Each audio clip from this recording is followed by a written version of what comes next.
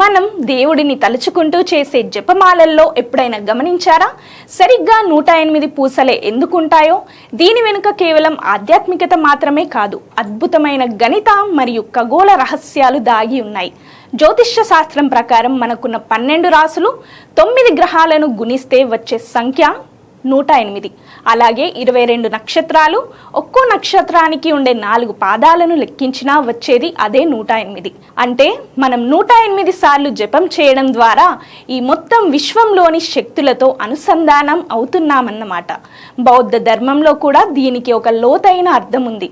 మన 6 ఇంద్రియాలు 3 రకాల దృష్టులతో కలిసి 3 కాలాల్లో మనల్ని చుట్టుముట్టే 108 మనోమాలిన్యాలను తొలగించుకోవడమే ఈ జపమాల సాధన.